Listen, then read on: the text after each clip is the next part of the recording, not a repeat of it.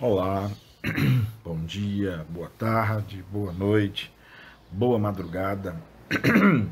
Como sempre, seja muito bem-vinda, muito bem-vindo à nossa 53ª aula de estudos de a Gênese kardeciana ou kardecista, enfim, a Gênese espírita. Meu nome é Marcos Venício.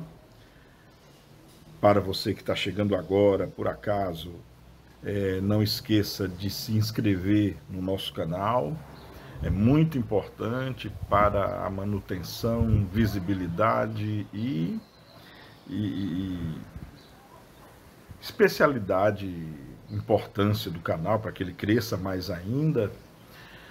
Para todos, para todos os que vão ouvir, né, que vão assistir e prestigiar o canal, não esqueçam de deixar o seu joinha, se você gostou, né, o gostei, ou não gostei, o dislike.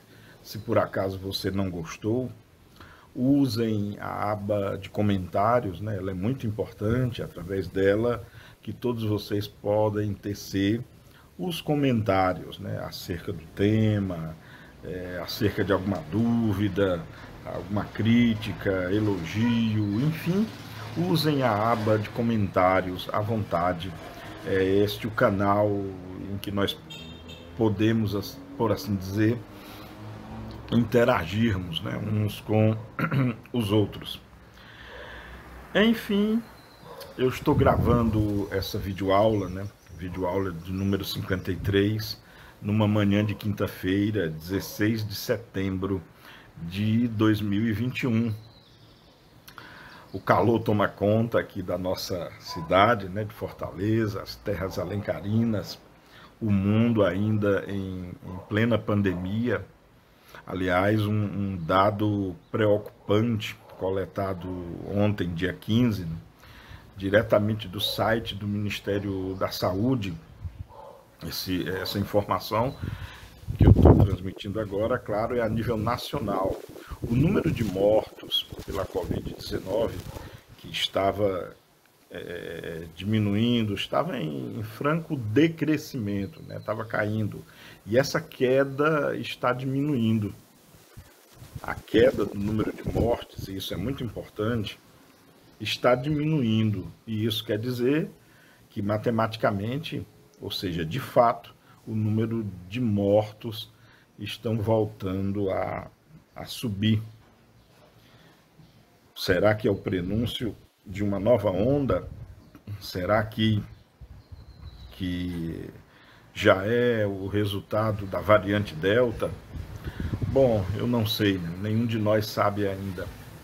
O que eu posso verificar com muita preocupação é que lá fora a maioria das pessoas estão agindo como se a pandemia não existisse mais.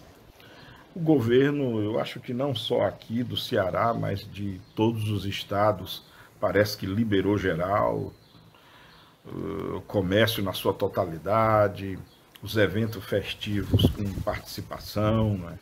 Todos os templos religiosos liberados já com aquela cota, mas eu acho pouco provável que as pessoas estejam obedecendo. Afinal de contas, todo templo religioso e a casa espírita não é diferente disso. Usa-se aquela premissa, né, aquela máxima de que coração de mãe sempre cabe mais um. Então eu acho pouco provável que numa casa espírita ou numa igreja ou num templo religioso qualquer alguém vá barrar alguém precisando de ajuda. O fato é que os locais estão todos lotados, shopping centers, estádios de futebol já estão começando a funcionar de maneira presencial e pode ser que tudo isso, o resultado de tudo isso, seja o que tristemente nós já estamos observando, né? O número de mortos pela Covid-19 voltando a crescer. Então, minha amiga, meu amigo, cuidado, cuide-se, cuide de quem você ama, cuidado. Não se deixe enganar, a pandemia pela Covid-19 continua, ela não foi embora. Então, se você puder, não saia de casa, evite sair de casa, ainda não é o momento, não é o momento de baixar a guarda, mas se você precisa sair, não esqueça de usar a máscara de maneira correta, né, cobrindo nariz e boca, evite se aglomerar, evite ficar muito próximo de pessoas, cuide da higienização, sobretudo das mãos, né? E um alerta que isso pode fazer a diferença quando você estiver lá fora, né, em algum lugar, evite a todo custo tocar na face, tocar nos olhos, na boca, nas bochechas, ou seja, não toque no seu rosto. E lave as mãos sempre que for possível. Tá legal? A vida e a saúde agradecem. Bom, então eu quero convidá-lo a partir de agora, passarmos aqui a nossa horinha em média, né, discutindo, ou pelo menos dissertando acerca da doutrina espírita e da ciência, né, assuntos esses que com certeza são importantes, interessantes, fascinantes, relevantes no espiritismo propriamente dito e na ciência, né, que afinal de contas é um dos pilares da doutrina espírita, né, junto com o aspecto filosófico e religioso. A doutrina, aliás, a ciência faz esse ângulo muito lúcido que nos faz separar o mito da realidade, ou seja, do fato, o misticismo daquilo que é real, a fantasia daquilo que é consistente e lógico.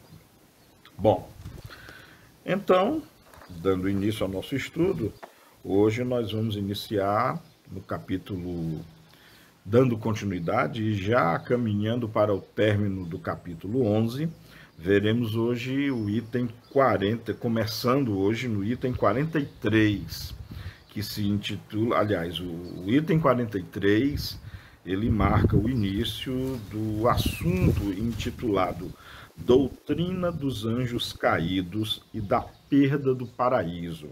É o que nós vamos estudar, é o que nós vamos tecer considerações a partir de agora. Na minha edição, né, na minha edição, deixa eu até deixar claro para vocês qual é a minha edição. É a edição de número... Não estou conseguindo aqui ver qual é. É a 52ª edição da tradução do senhor Guilherme Ribeiro. Então, na minha edição, logo após o tópico frasal que dá início ao título do tema, há uma nota de rodapé, nota 62. E essa nota de rodapé nos diz o seguinte, eu vou ler agora. Quando, na Revista Espírita de janeiro de 1862, publicamos um artigo sobre a interpretação da doutrina dos anjos caídos, apresentamos essa teoria como simples hipótese, sem outra autoridade afora a de uma opinião pessoal controversível, porque nos faltavam então elementos bastantes para uma afirmação peremptória, ou seja, livre de dúvidas, uma afirmação assertiva e definitiva. Expusemo-la a título de ensaio, tendo em vista provocar o exame da questão, decidido, porém, a abandoná-la ou modificá-la se fosse preciso. Presentemente, essa teoria já passou pela prova do controle universal. Não só foi bem aceita pela maioria dos espíritas, como a mais racional e a mais concorde com a soberana justiça de Deus. mas também foi confirmada pela generalidade das instruções que os espíritos deram sobre o assunto. O mesmo se verificou com a que concerne a origem da raça adâmica. Interessante, né, essa nota de rodapé, porque essa nota da Revista Espírita, datada de janeiro de 1862, ou seja, 6 anos antes da publicação de A Gênese, né? Então faz sentido essa nota, em função do fato de, naquela época, né, nos idos de 1862, repito, 6 anos antes da publicação de A Gênese, né, que data de janeiro de 1868, último livro da codificação, mas já havia essa hipótese, né, já havia esse conjunto de interpretações ou de opiniões acerca desse assunto. A primeira coisa que eu gostaria de deixar claro é que, a meu ver, esse tema, né, é a doutrina dos anjos caídos. Vamos tentar entender o que é essa doutrina, né? Pelo menos a Igreja Católica e também a Igreja Protestante, né? A Igreja Protestante e a Igreja Católica, né? Ou melhor dizendo, a fé protestante, os nossos irmãos evangélicos, né? E a fé católica, os nossos irmãos e irmãs católicos, né? Eles acreditam no anjo caído, ou seja, acreditam em Satanás, em Lúcifer, né? Eu acredito que todos vocês já devem conhecer a história, né? Quase todos nós, eu nasci em berço católico, acredito que, se não todos, a grande maioria de vocês que estão me ouvindo e ou me vendo agora também nasceram na fé católica, né? São egressos da fé católica, e durante muito tempo acreditou-se, né, em Lúcifer, né, no Satanás, que seria o anjo caído, o anjo que estaria ali à direita ou esquerda de Deus, mas em que ele teria então duvidado de Deus e teria se rebelado contra Deus, né, e aí teria sido condenado, digamos assim. É mais ou menos essa a doutrina do anjo caído. E aí, dessa forma, criou-se o antagonismo, né, entre Deus e esse anjo. Analisando essa teoria, né, analisando essa hipótese, com base em tudo que já descobrimos filosoficamente, religiosamente, por que não dizer também cientificamente, percebe-se, pelo menos assim, para mim, é muito claro que essa teoria do anjo caído é uma teoria mitológica, é uma teoria mística, faz parte dos arquétipos com os quais a humanidade sempre conviveu, não é? A eterna luta entre o bem e o mal, mas não é somente isso, faz parte também do âmago, do núcleo, do arcabouço de muitas culturas, né? Que, na presença, por exemplo, de um polo, é necessário que haja o polo antagônico, meio que a figura do yin e do yang, né? As dualidades que provocam o equilíbrio de todo e do universo, né? Por exemplo, existe o seco porque existe o molhado, existe a luz porque existe a treva, existe a verdade porque existe a mentira, existe o bem absoluto porque existe o mal.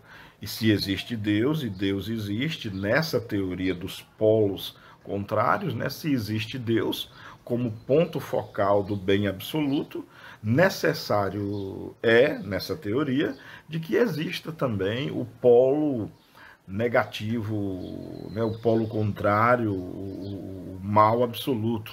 Se o bem absoluto é representado por Deus e todos os seus seguidores, o mal é representado no cristianismo, né?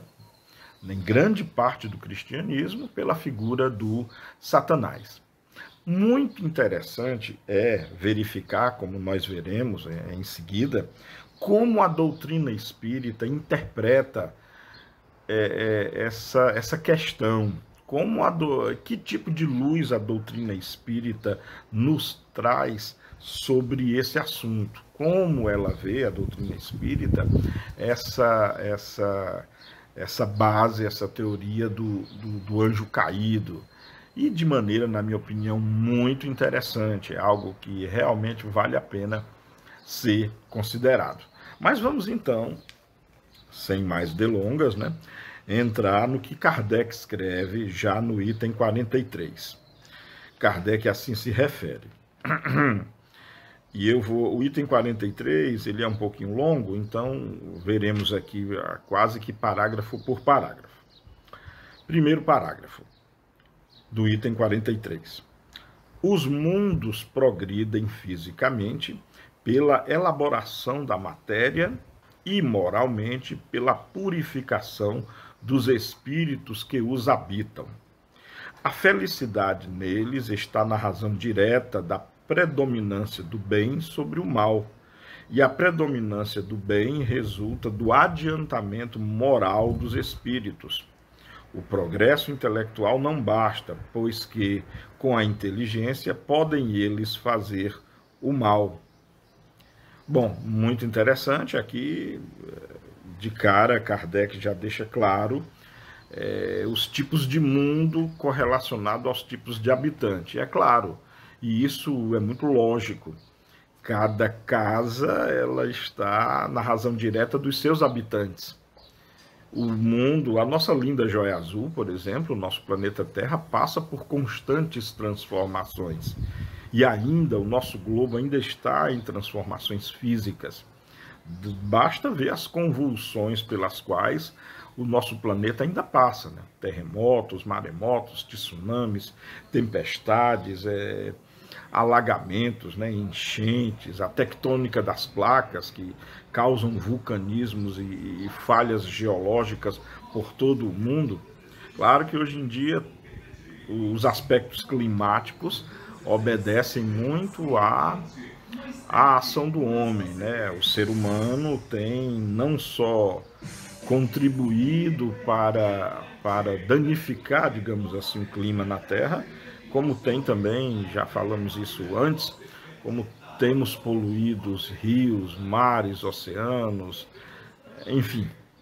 Mas as mudanças físicas que, no caso do atual grau do nosso planeta, do planeta Terra, essas mudanças físicas são provocadas não só por leis físicas, não só por variáveis físicas, como também a espécie humana está contribuindo, por enquanto, mais maleficamente do que beneficamente, com respeito à manutenção do clima, só para citar um exemplo. Mas aqui muito claro está, nesse primeiro parágrafo, que a casa material ela vai evoluindo para começar a comportar ou a receber espíritos de uma ordem melhorada, né? Espíritos mais adaptáveis a essa casa em mudança. E aí ele continua no segundo parágrafo. Logo que um mundo tem chegado a um de seus períodos de transformação, a fim de ascender na hierarquia dos mundos, operam-se mutações na sua população encarnada e desencarnada.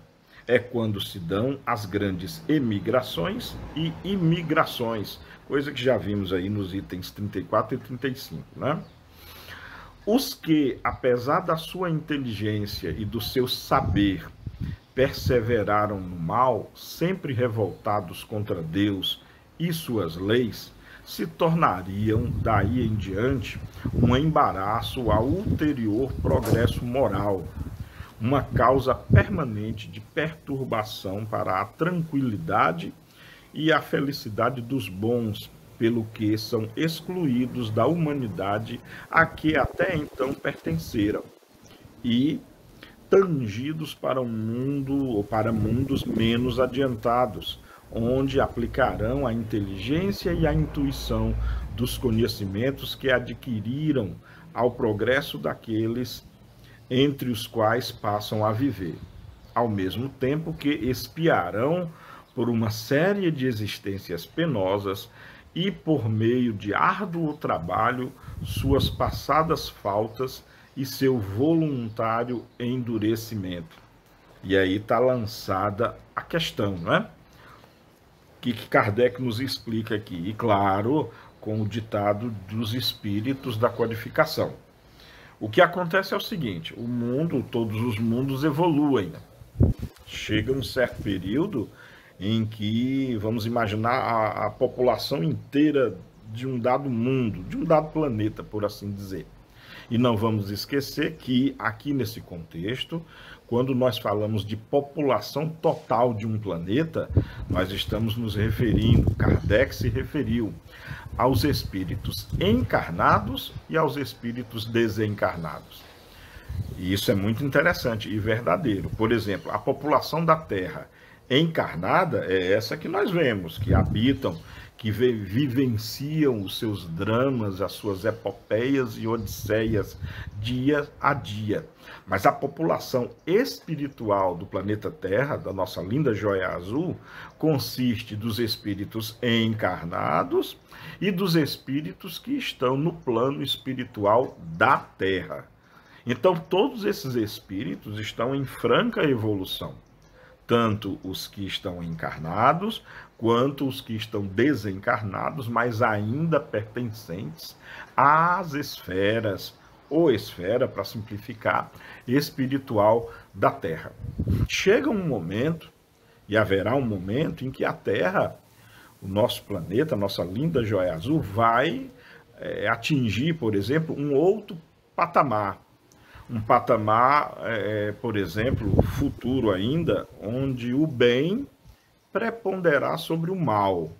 Hoje isso ainda não se verificou, tá? O nosso mundo, por exemplo, o nosso planeta, aliás, é o único que nós conhecemos com vida. Claro que tem muitas teorias, a literatura fala de outros mundos, mas nada específico. E é claro também que certamente existem milhões, milhões e milhões de mundos habitados, mas que nós conheçamos, de fato, só conhecemos o planeta Terra. E nós sabemos que o nosso planeta Terra, ele é, do ponto de vista espírita, um mundo ainda de provas e expiações. Esse mundo de provas e expiações, ele é definido pelo fato de que o mal ainda prepondera sobre o bem. Ou seja, de todos esses espíritos daqui da Terra, tanto encarnados quanto desencarnados, a grande maioria são de espíritos maus ainda, são de espíritos imperfeitos. E basta nós olharmos para a Terra, né, para as atitudes do ser humano, para as guerras, para as desigualdades sociais, para a cobiça, para as corrupções, para os roubos, para os furtos, para os latrocínios, para a fome, para as doenças, enfim, para as injustiças sociais, enfim, basta olharmos no geral para o que o ser humano tem feito na Terra, para que fique bem claro mesmo que o mal, o erro, a inconsequência, a ignorância ainda é maioria no nosso planeta. Bom, mas vai chegar um momento, nós não sabemos quando, mas sabemos que depende de nós, depende de cada um de nós, inclusive, depende de mim, depende de você que está me ouvindo e ou me vendo.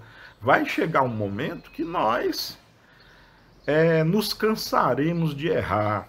Vai chegar um momento que os habitantes do nosso lindo planeta azul, ele vai querer fazer o que é correto. Vai chegar um momento em que os habitantes da nossa linda joia azul, tanto no plano material quanto no plano espiritual, ele vai entender que amarmos uns aos outros, ou seja, praticarmos nas nossas vidas, no nosso dia a dia, a lei de amor e de caridade, vai ser a melhor coisa que nós temos a fazer no nosso planeta. E isso vai desencadear um nível de evolução que, olha, nenhum de nós imagina, porque vai ser uma evolução absoluta. Acontece, como é de se esperar, que a evolução das massas ela não é homogênea, ou seja, as populações elas não evoluem igualmente. Uns chegam mais rápido, né? Lá na frente, uns evoluem mais rápido, ou pelo menos evoluem primeiro, e muitos outros ainda continuam no erro, né? E isso também é verificado no nosso planeta hoje. Não existe só mal, não existe só injustiça no nosso planeta. Tem muita coisa boa, assim, também. Tem uma leva, podemos dizer, ou muitos espíritos aqui da Terra também, que já trabalham para o bem. Todas as pessoas que se dedicam ao bem, ao conhecimento para o bem, a utilizar todos os recursos com o objetivo do bem, preocupado com o próximo, preocupado em aliviar a dor do próximo, tem realmente muitos espíritos já devotados a, digamos assim, essa causa. Vai chegar um dia em que esses espíritos serão maioria.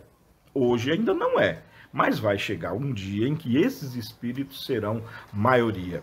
E quando este dia chegar, e nenhum de nós sabe quando isso será, que essas coisas não têm data, o próprio Cristo disse isso, por exemplo. Então, cuidado aí com datas que se apregoam por aí, não importa a fonte dessa data, tá? O próprio livro A Gênese aqui, nós veremos que não há data para o acontecimento das coisas, até porque é tudo muito variável. Mas voltando aqui ao nosso tema, né? ao X da questão. Quando esse momento chegar, ou seja, em que o número de almas do nosso planeta, de almas boas, de almas voltadas ao bem, for maior, muito maior que o número dos atrasados ainda moralmente, isso vai ser a marca indelével da mudança do nosso planeta, onde o nosso planeta realmente entrará na escala de um outro mundo, um mundo melhor, não mais um mundo de provas e expiações, não mais um mundo no qual se sofra tanto, porque o bem prevalecerá, as instituições sociais funcionarão a contento, não teremos mais assim a olhos vistos corrupção. A corrupção será a exceção e não o modelo. As injustiças sociais serão a exceção e não o modelo. As guerras serão talvez muito pontuais, causadas ainda por aqueles espíritos voltados ao mal, aqueles espíritos ainda violentos, aqueles espíritos ainda belicosos, né? Espíritos ainda que defendem arma, né? Inclusive, aqui mesmo no nosso país, temos um líder que chegou a dizer, né, que menos feijão e mais fuzil. É esse tipo de espírito que não vai acompanhar o progresso, não vai mesmo acompanhar o progresso. Mas aí, o progresso, uma vez tendo estabelecido, ou seja, uma vez que nós tenhamos atingido essa linha demarcatória, que no passado categorizaria o nosso mundo como de provas e expiações, e dessa linha em diante agora um planeta melhor, moralmente falando, tecnologicamente falando, que inclusive já estamos nessa franca ascensão. Você vê que, olha só, ontem, no dia de ontem, eu estou gravando esse vídeo no dia 16 de setembro, vocês só vão estar ouvindo esse vídeo lá na quarta-feira, dia 22 de setembro. Então, no momento em que vocês estiverem me ouvindo agora, uma semana antes, inauguraram já o turismo espacial. 4 seres humanos comuns, quando eu digo comuns assim, aqui não são militares e não são astronautas formados para isso, pagaram uma fortuna para passarem 3 dias dando a volta em torno da Terra, inaugurando já o turismo espacial. Isso é marca incontestável de uma tecnologia que a civilização humana já desenvolveu de forma espetacular. Claro que esse turismo ainda, por enquanto, e por muitos anos ainda, vai ser algo que só será acessível pelas camadas bem mais favorecidas da humanidade. Só a guisa de curiosidade, uma passagem só para embarcar na cápsula Dragon, né, da SpaceX, que foi esse projeto todo, é da empresa do Elon Musk, né, a SpaceX.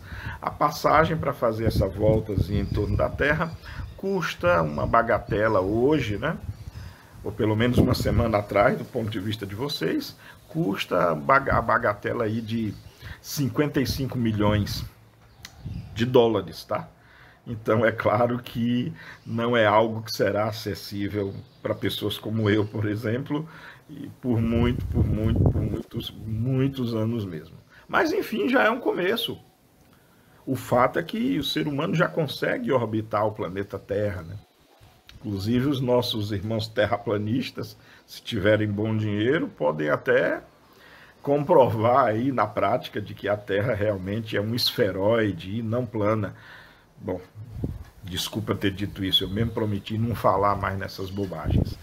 Bom, então quando isso acontecer, ou seja, quando a Terra atingir esse limiar onde ela já estará abandonando o status de planeta de provas e expiações e já ingressando, caminhando a caminho dos mundos ditosos, e como fica bem claro que as populações, as sociedades, os espíritos não evoluem por igual, então nesse momento, aqueles espíritos ainda revoltados com Deus, parafraseando o próprio Kardec, aqueles espíritos ainda muito belicosos, né? Ou seja, espíritos que gostam de armas, espíritos muito violentos, espíritos ainda muito corruptos, espíritos ainda que desprezam a vida do próximo e a natureza, que desprezam, enfim, a evolução moral, esses espíritos, logicamente, e aí essa parte da teoria eu acho fascinante. É uma teoria, tá? Não podemos esquecer disso. É uma teoria. Isso nunca foi verificado de fato, mas é uma teoria que realmente explica. É uma teoria que realmente tem um grau de lógica muito grande. Ou seja, esses espíritos revoltados, esses espíritos que não querem comprometimento com o bem, esses espíritos que não querem amolecer os seus corações duros, aquele espírito que ainda é violento, que quer dominar, que tem doentias paixões pela matéria, pelo dinheiro, enfim. Esses espíritos terão que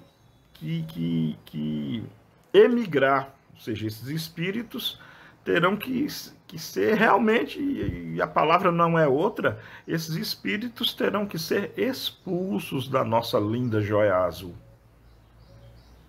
Esses espíritos terão que sair daqui, por quê? Porque a Terra, nesse período, já estará avançando, e esses espíritos só atrapalhariam, tal qual numa classe, por exemplo, para fazermos um paralelo, tal qual aquele aluno que só atrapalha a aula daqueles que querem estudar. Sabe, aquele aluno que quer estudar, que está prestando atenção na aula do professor, mas o outro só quer fazer baderna, bagunça na sala de aula? O professor tem que expulsar esse menino de sala de aula, depois, claro, de esgotada todas as chances que esse aluno já teve. Da mesma forma, são os habitantes da nossa linda joia azul que continuarem no erro, no mal, na cobiça, em tudo aquilo que é pernicioso. As chances estão sendo nos dadas há muito tempo, através das reencarnações. Mas se nós não mudarmos de atitude, aqueles de nós que perseverarem no erro, na maldade, na violência, no desamor, no descompromisso, no descompromisso com o que é correto, com o que é certo, com o que é bem, enfim, com aquilo que Jesus nos convidou a vivermos, estes espíritos serão realmente expulsos do planeta Terra. Faz sentido até, inclusive, no Sermão do Monte, lembram lá do Sermão da Montanha, numa certa parte, quando Jesus diz assim, os mansos herdarão a terra.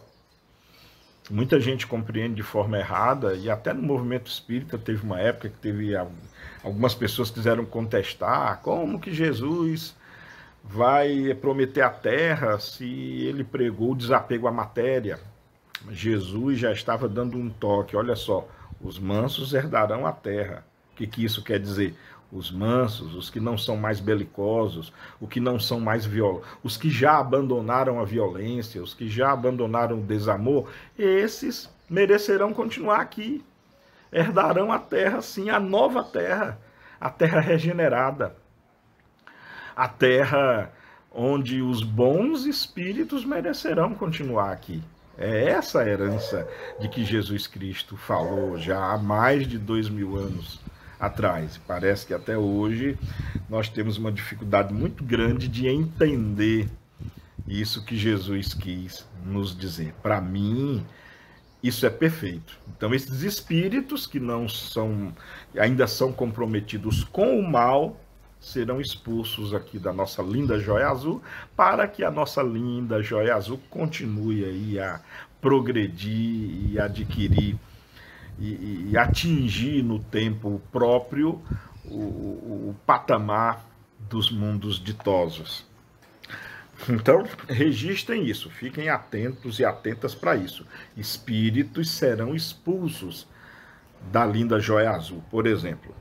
Agora, no próximo parágrafo, que encerra o item 43, é muito importante que Kardec aponta o seguinte: os espíritos que não estão comprometidos com o bem, os que estão, os refratários, os ainda comprometidos com o mal, como eu falei incansavelmente, serão expulsos da Terra.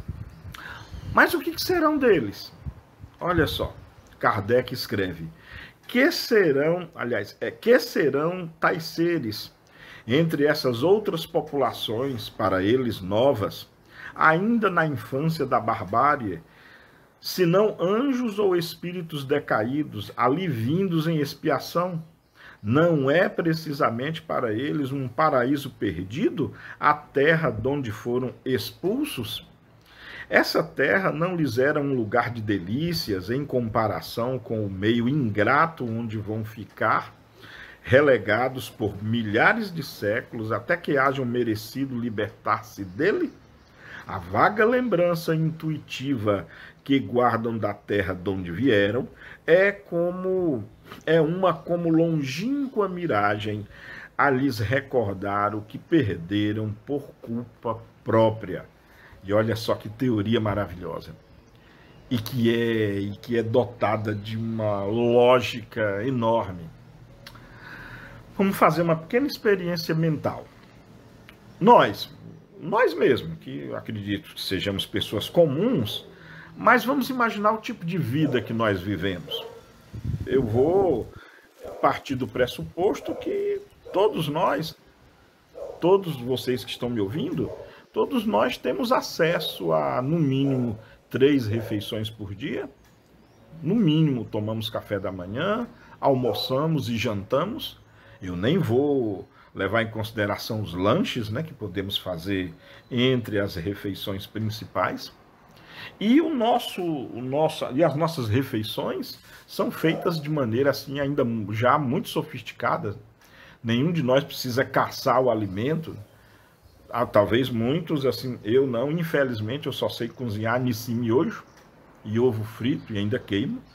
Mas muitas que estão me ouvindo e muitos talvez tenham, e eu invejo isso, mas eu vou procurar aprender, cozinham muito bem. Mas só ir na geladeira, pega a carne, ou pega o fruto do mar, o frango, pega as verduras, enfim, e fazemos o almoço, né, as nossas refeições. Todos nós temos acesso à água potável, né? Na hora que qualquer um tem sede, basta ir na geladeira, ou no seu gelágua, ou em qualquer recipiente que tenha água lá já pronta para você beber. Nós já vivemos a era da eletricidade, da eletrônica, da informação, da informática, das redes sociais. Olha só o mecanismo que nós estamos utilizando para essas aulas. Olha essa tecnologia que nós estamos utilizando de rede de dados. Sim, porque eu gravo isso através de um aparelho, todos os meus dados vão para a rede e aí a nossa equipe, e eu sou muito grato à nossa equipe que faz isso, ela levam ao ar pelo YouTube e está aí vocês assistindo, provavelmente através de um aparelho celular ou de um computador, ou até numa Smart TV. Olha só os recursos que nós temos hoje. Os transportes, né? Ninguém precisa mais caminhar para ir para lugar nenhum. Se bem que isso traz um quê de complicação, né? Estamos ficando cada vez mais com despreparo físico. Começa por mim, que só engordo. Antigamente, quando usávamos mais as pernas, éramos mais fortes, éramos mais robustos e talvez até tivéssemos mais saúde. Mas, enfim, hoje temos transporte. Você precisa ir no centro, você ou vai com o seu próprio carro, ou do próprio aparelho celular você chama um Uber que vem lhe buscar na sua porta, ou pega um coletivo, um ônibus e vai. Temos aviões agora, olha só, você pode sair daqui de Fortaleza, tomar um jato, 3 horas e meia depois você já está na cidade de São Paulo. Você pode, como eu já fiz isso muitas vezes, tomar café em casa, almoçar em São Paulo e jantar em casa em Fortaleza de novo. Eletricidade. Basta você ver o que acontece. Como é que você fica quando falta energia, quando a companhia elétrica faz uma manutenção aí na rede? Imagine-se sem energia elétrica por um dia. Como é que você fica, né? Já imaginou você perdido numa selva virgem ou numa selva bem selvagem, perdoem a redundância? O que Kardec está tentando nos dizer, através dos espíritos que ditaram isso para ele, é que os espíritos que são expulsos, lembram? Esses espíritos que hipoteticamente seriam expulsos, por exemplo, da nossa linda joia azul, eles não vão para uma outra linda joia azul, não. Eles serão degradados para um planeta pior, ou numa condição mais atrasada do que o nosso planeta aqui tem hoje. Então, esse novo mundo para o qual esses espíritos revoltados, digamos assim, ou revoltosos irão, será um planeta que ainda não atingiu o nível tecnológico que nós temos hoje, que não atingiu ainda os recursos materiais que nós temos hoje. Então, o que Kardec nos convida a pensar, e de maneira muito lúcida, como é que esses espíritos vão se sentir? Espíritos acostumados, por exemplo, a pegar o alimento na geladeira e de repente se verem num mundo em que eles terão que caçar. Terão que viver num mundo sem ar-condicionado, sem ventilador, sem TV, sem internet, sem WhatsApp, sem Twitter, sem Instagram. E terão que conviver com seres ainda primitivos em relação a eles. Seres, como Kardec usa aqui na sua linguagem, seres ainda no primitivismo. Do ponto de vista desses seres primitivos, o que serão esses espíritos? Muito mais inteligentes, muito superiores, porque de repente eles vão construir pirâmides, vão construir edificações que os outros povos desse mundo originário não conseguem fazer. Vão desenvolver ciência, tecnologia, literatura, artes, teatro, música, dança, que muito longe está do padrão cultural desses povos que já estão naturalmente nesse mundo, que os recebeu.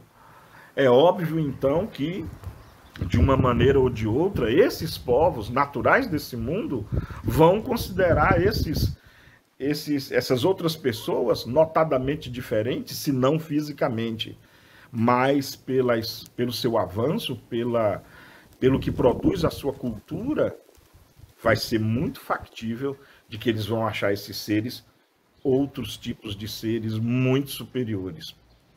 De certa forma, foi isso que nos leva a entender que pode ter acontecido na nossa linda joia azul. É essa teoria que muitos acreditam que pode ter acontecido aqui mesmo na Terra. Como nós falamos, acho que na aula anterior, na aula de número 52, com relação, desculpa, aos egípcios antigos, né, aos construtores de pirâmides, aos maias, aos astecas, essas civilizações que criaram monumentos que até hoje espantam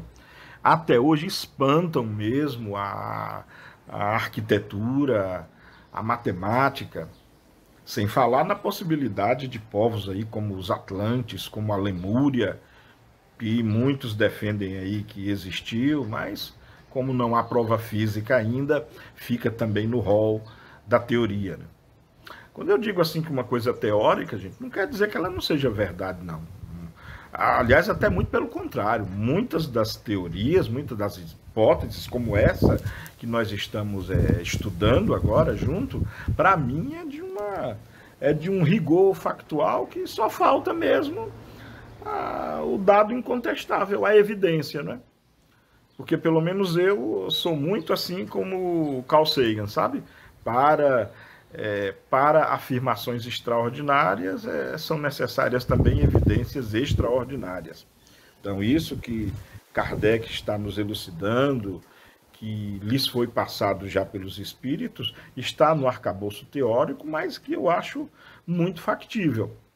Só não temos uma comprovação física ainda sobre isso, né? Mas não nos adiantemos aos fatos. Então, dá para imaginar, então, esse símbolo, né? Como é que esses espíritos seriam vistos? É como se, de repente, você está numa viagem de navio, o seu navio naufraga perto de uma ilha habitada por seres pré-tecnologia, e você chega lá na ilha com seu celular, com rádio.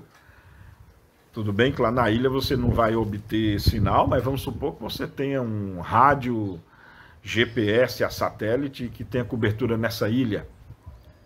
Imagina que você chega nessa ilha lá com pessoas que não desenvolveram, não descobriram nem a eletricidade ainda lá. E você chega, por exemplo, com o seu smartwatch, com o seu celular com GPS, mostra para ele a câmera, a gravação de imagens. Esses seres vão achar, no mínimo, que você é um bruxo, é um mago, alguém muito superior. Se você não for para a fogueira, tido como demônio, você vai ser endeusado, vai ser divinizado e vão dizer que você é Deus, ou pelo menos um dos deuses. Essa é a imagem, essa é a figura que se estabeleceria entre seres que seriam degradados de mundos em franca ou plena evolução. Muito interessante isso, né? Bom, passando para o item 44, no item 44, Kardec assim se expressa: mas, ao mesmo tempo que os maus se afastam do mundo em que habitavam, espíritos melhores aí os substituem, vindos quer da erraticidade concernente a esse mundo, quer de um mundo menos adiantado, que mereceram abandonar. Espíritos esses para os quais a nova habitação é uma recompensa. Assim renovada e depurada a população espiritual dos seus piores elementos, ao cabo de algum tempo, o estado moral do mundo se encontra melhorado. São, às vezes, parciais essas mutações, isto é, circunscritas a um povo, a uma raça. Doutras vezes, são gerais, quando chega para o globo o período da renovação. Aqui é muito interessante, porque em face de tudo que nós já vimos, né, Kardec aventa também, e com muita lógica, a hipótese também de, claro, como espíritos são degradados, são expulsos do planeta, espíritos também podem vir à guisa de convite de outros mundos, né? Espíritos que já num dado mundo aprenderam tudo que tinha para aprender naquele mundo, né? Como já vimos aqui mesmo na Gênesis, lembra? Eu acho que há umas 2 ou 3 aulas anteriores, nós vimos aí Kardec, inclusive, afirmar que, por exemplo, estaremos aqui na Terra, ou generalizando, os espíritos permanecem no seu mundo até que eles aprendam tudo que haja para aprender nesse mundo, quando eles ganham a oportunidade de galgarem ou habitarem outros mundos. E isso, claro, também não é compulsório, pois o espírito pode pedir para permanecer e ajudar na evolução do seu próprio mundo. Então, não é de se estranhar que algum espírito que num dado mundo, vamos supor, um outro mundo habitado que não seja a Terra, que deve existir, eu posso afirmar, embora não hajam dados empíricos, não hajam dados fatuais, eu repito, o único planeta habitado com vida inteligente é a Terra. Nenhum outro planeta foi descoberto até agora com vida, nem sequer vida microbiana. Tem muita, aqui mesmo no Sistema Solar, tem muitos planetas e luas potenciais para que haja vida, mas vida a nível de micróbios. Vida inteligente, não conhecemos nenhum outro mundo a não ser o planeta Terra. E aí eu não vou discutir literatura aí que diz o que quer não, tá? O fato é que não conhecemos nenhum mundo onde nós possamos dizer, olha, aponte sua antena de rádio para aquele planeta que você vai poder comunicar-se com ele. Ou então construa uma nave, um veículo, vá para aquele ponto ali de luz no espaço, que lá você vai encontrar cidades erguidas. Não temos ainda esse endereço. É só esse detalhe. Mas que eles existem, existem. O fato de nós não conhecermos não quer dizer que não existam. Eu acredito que existem. Só nós não sabemos aonde eles estão. E eu acho até que isso é bom. Acho até que isso é bom.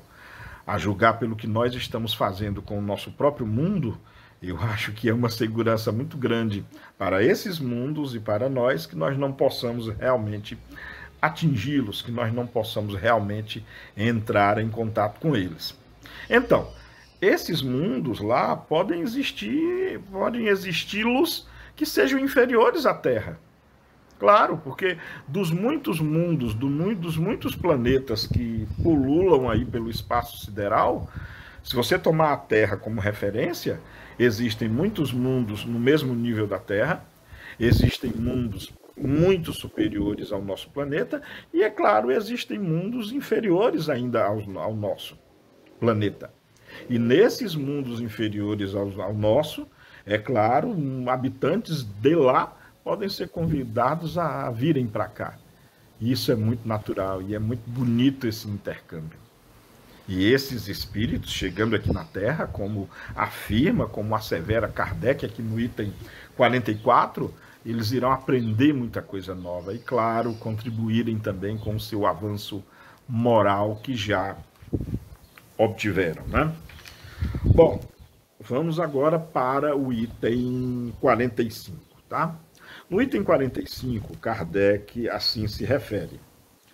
A raça adâmica apresenta todos os caracteres de uma raça proscrita. Os espíritos que a integram foram exilados para a terra, já povoada, mas de homens primitivos, imersos na ignorância, que aqueles tiveram por missão fazer progredir, levando-lhes as luzes de uma inteligência desenvolvida.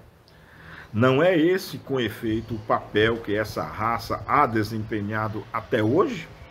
Sua superioridade intelectual prova que o mundo de onde vieram, os espíritos que a compõem, eram mais adiantados do que a Terra, havendo entrado esse mundo numa nova fase de progresso, e não tendo tais espíritos querido, pela sua obstinação, colocar-se à altura desse progresso. Lá estariam deslocados e constituiriam um obstáculo à marcha providencial das coisas. Foram, em consequência, desterrados de lá e substituídos por outros que isso mereceram. E aqui Kardec aventa a hipótese de muitos desses espíritos superiores intelectualmente terem vindo à Terra. E sabe, quando você acompanha a obra de todos os gênios que já vieram à Terra, a dinastia dos faraós, os construtores de pirâmides, os astecas, os maias, os egípcios antigos, e mesmo grande parte dos europeus que desenvolveram ciência e matemática, os gregos antigos, a Mesopotâmia antiga, que desenvolveu também grande parte da matemática, da geometria. Quando passamos uma olhada nos filósofos da antiguidade, os geômetras, os algebristas, enfim, os matemáticos, quando nós vemos gênios como Johannes Kepler, Galileu Galilei, Isaac Newton, Albert Einstein, quando vemos realmente seres que... Quando você olha, por exemplo, a obra do filósofo e teólogo Giordano Bruno, que sem nenhum conhecimento científico prévio, que só através de leituras de textos antigos, sonhava com mundos, com planetas, com galáxias, com um espaço que na época, sem o acesso nenhum através de lunetas ou telescópios, Giordano Bruno descreveu o espaço que anos depois, muitos anos depois, foi verificado que era correto o que ele estava dizendo. E por causa disso ele foi queimado à fogueira, ele foi queimado vivo, prova da barbárie humana da época, né? Felizmente, talvez hoje circunstâncias como essas não ocorram mais, já desenvolvemos realmente um pouco. Então, cientistas que desenvolveram a matemática, o cálculo, a tecnologia, espíritos como até da época de hoje mesmo, como Bill Gates, por exemplo, como Steve Jobs, como Wozniak, como o rapaz lá do Facebook, lá o Zuckerberg, que nos mostrou e transformou o mundo para o que nós temos hoje, porque a nossa tecnologia, inclusive essa do celular que nós estamos utilizando hoje, o computador como utilizamos hoje, ele é produto do trabalho desses gênios como Steve Jobs, como Bill Gates, como Mark Zuckerberg, como Wozniak. Esses espíritos realmente estão muito além mesmo, da média humana. Então, será que é tão impossível assim que esses espíritos realmente não sejam naturais da Terra? Será que são eles? Eu só estou jogando exemplos aqui ao acaso, gente. Mas exemplos muito claros. Einstein, por exemplo, descobriu o que ele descobriu sem ferramenta nenhuma, sem nenhum aparelho, sem computador, só lápis e papel, equações e muita imaginação e criatividade. Erastótenes, que mais de 300 anos antes de Cristo, olha aí, terraplanistas, eu falei que não ia falar sobre isso, não, mas 300 anos antes de Cristo, um grego de Ciene, na Alexandria, provou a circunferência da Terra e ainda calculou a circunferência da Terra, errando em 8.000 quilômetros. Aliás, em 8 quilômetros, porque a circunferência da Terra é 40.000 quilômetros. E Erastótenes, isso em 300 anos antes de Cristo, mediu a circunferência da Terra achando o valor 40.008, usando só trigonometria, geometria e muita criatividade e imaginação. Percebe-se que esses espíritos são diferentes. A propósito, então, já se sabe que a Terra não é plana há mais de 300 anos antes de Cristo. Bom, continuando aqui no item 45. Relegando aquela raça para esta terra de labor e de sofrimento, teve Deus razão para lhe dizer: dela tirarás o alimento com o suor da tua fronte. Na sua mansuetude prometeu-lhe que lhe enviaria um Salvador, isto é, um que a esclareceria sobre o caminho que ele cumpria tomar para sair desse lugar de miséria, desse inferno, e ganhar a felicidade dos eleitos. Esse Salvador Ele, com efeito, lhe enviou na pessoa do Cristo, que lhe ensinou a lei de amor e de caridade, que ela desconhecia e que seria a verdadeira âncora da salvação. E realmente, para esses seres vindo de um mundo muito superior que puderam chegar aqui, lembra de você perdido numa terra, numa floresta selvagem? É essa mesma sensação. Ter que suar, não ter mais a tecnologia, não ter todos os mimos e conforto dos seus planetas, muito mais sofisticado do que o nosso quando eles aqui chegaram. Mas olha só, eles mesmos cuidando para que o nosso mundo se iguale ou que chegue ao nível dos dele mesmo. Realmente faz muito sentido essa teoria. E aqui, nessa conotação de Jesus ter sido enviado para os esclarecer, realmente isso é um capítulo à parte, faz muito sentido, pois Jesus veio no seio da comunidade judaica, hebraica, uma sociedade muito sofisticada, com templos suntuosos, com uma fé muito desenvolvida, muito moderna, uma fé muito sofisticada para os padrões da época. E não é à toa que Jesus nasceu nesse rincão. Jesus foi enviado para eles, porque Deus não destitui ninguém do amor. Deus pode destituir da terra, mas do seu amor divino nunca, ao ponto de enviar um espírito crístico, Jesus, para guiá-los, para consolá-los, esses espíritos tristes, melancólicos, depressivos, por estarem numa terra tão estranha, mostrar para eles que eles podem evoluir, podem aprender a amar. E aprendendo a amar, eles podem voltar para casa e obter a liberdade. Gente, olha, tem tudo a ver, me arrupio os pelos todos, tem tudo a ver com a palavra do Cristo, tudo mesmo. E para terminar, o item 45 e a aula de hoje, é igualmente com o objetivo de fazer que a humanidade se adiante, em determinado sentido, que espíritos superiores, embora sem as qualidades do Cristo, encarnam de tempos a tempos na Terra para desempenhar missões especiais, proveitosas simultaneamente ao adiantamento pessoal deles, se as cumprirem de acordo com os desígnios do Criador. E aí eu penso já ter falado sobre isso quando falei dos inumeráveis espíritos que já vieram à Terra. Não da envergadura de um Cristo, espíritos, claro, bem menores, mas muito maiores do que a média.